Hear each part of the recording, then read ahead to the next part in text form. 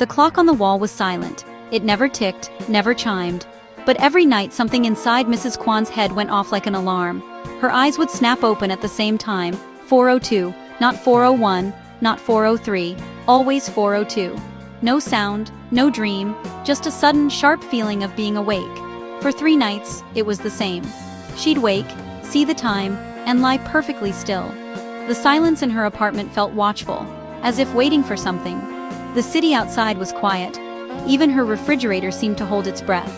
She told herself it was nothing, just a strange habit, maybe age. On the 3rd night she tried to fight it. Early bed, warm milk, a boring book. But it didn't work. Something pulled her from sleep. She knew the time without looking. A cold feeling washed over her.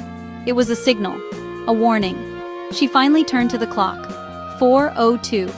She let out a shaky breath. Why this time? Why her? She sat up, blanket to her chin, the apartment colder than usual. She thought about checking the thermostat but didn't want to move. Safer in bed, even with the dread. She stared at the closed door, half expecting it to creak open. She listened so hard her ears ached. Nothing. Only the heavy, waiting silence. Was she going crazy? Was this what happened when you lived alone too long? She lay back down, eyes wide open. She waited for the sun to rise. The clock on the wall remained silent. But something else was counting the hours. 4:02, every night, and Mrs. Kwan was always awake to see it.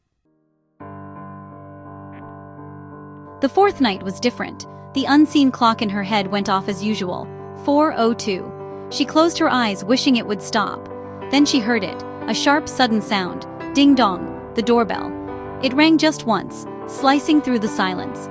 Mrs. Kwan sat bolt upright, heart pounding. Who would ring her bell at this hour? She stayed frozen, listening.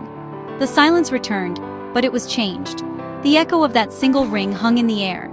Slowly, she slipped out of bed, feet cold on the floor. She crept down the hallway, not daring to turn on a light. Every creak sounded like a gunshot. She pressed her eye to the peephole. The hallway was empty, just dim yellow light and long shadows. No one at all. Had she imagined it? The sound had been so real. She stood there, hand on the doorknob, listening to her frantic heartbeat.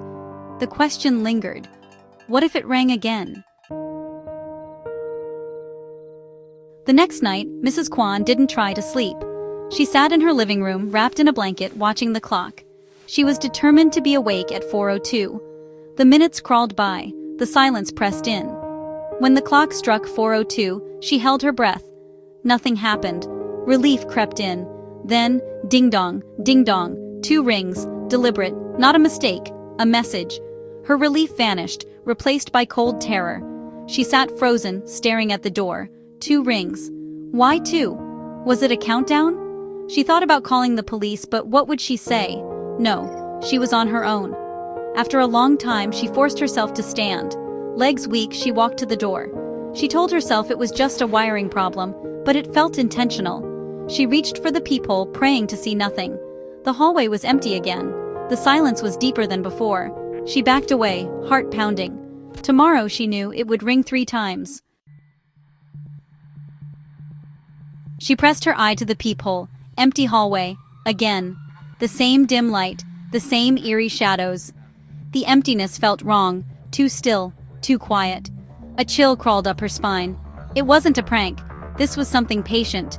She felt watched, even with the door locked. Her hand hovered on the deadbolt, but fear kept her from opening it.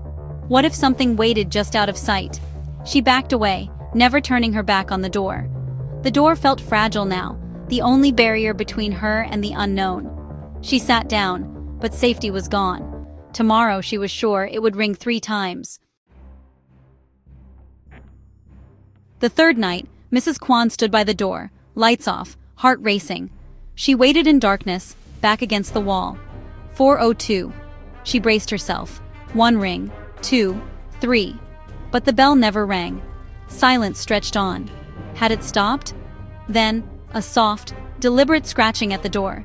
The peephole cover lifted from the outside. Terror washed over her. Something was looking in. She was frozen, unable to move or breathe. Against all reason, she leaned toward the peephole. At first, only darkness. Then the darkness blinked. It was an eye. a pale, watery blue surrounded by wrinkled skin. It filled the peephole, unblinking, staring into her apartment. She saw the tiny red veins, the cold, patient gaze. She stumbled backward, a choked gasp escaping. It was real. It was right there, on the other side of her door. She pressed herself against the wall, hand over her mouth. The eye didn't move. It waited. She wanted to scream, but no sound came. The apartment felt smaller, the darkness heavier. She was a prisoner in her own home. The eye watched, silent and expectant. She knew it would not leave, not until she answered. She scrambled away, breath ragged, never looking from the door. The eye, the terrible, watching eye. Then, a voice from the other side, soft, polite, impossibly old. "Mrs. Kwan," it said. It knew her name. "You forgot to let me in." The words made no sense. She'd never seen this person, never heard this voice. "No," she whispered, voice trembling. "I don't know you. Go away." "But you have," the voice insisted, sad and patient. "You've let me in before, many times. You just don't remember." The politeness was the worst part, just stating a fact. Her mind raced. Was this a nightmare? She pinched herself. Awake. The eye, the voice, the impossible words, all real. "Please," she begged, tears streaming, "just leave me alone." Silence. Then a soft scraping, something being pushed under the door.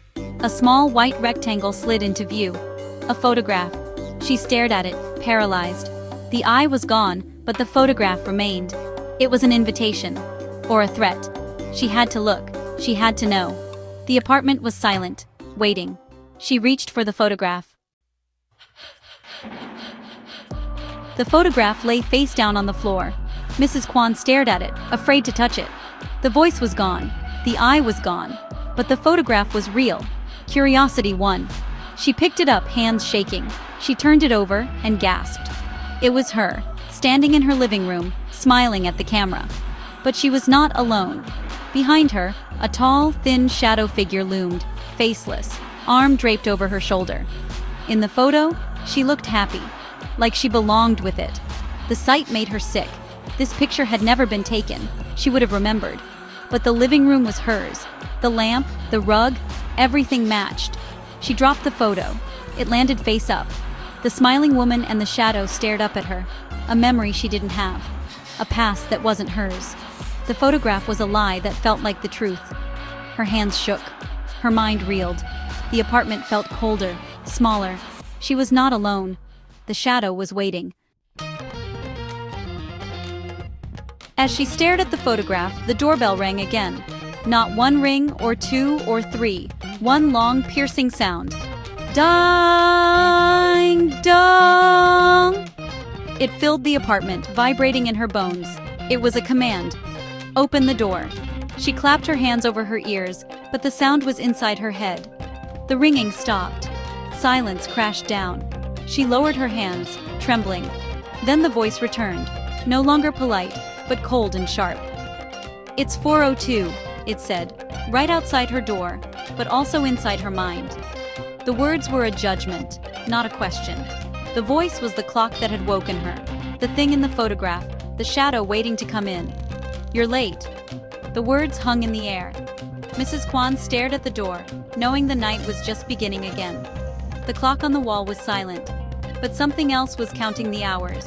4:02. Every night. The shadow would always return, and Mrs. Kwan would always be awake to greet it. The waiting was over.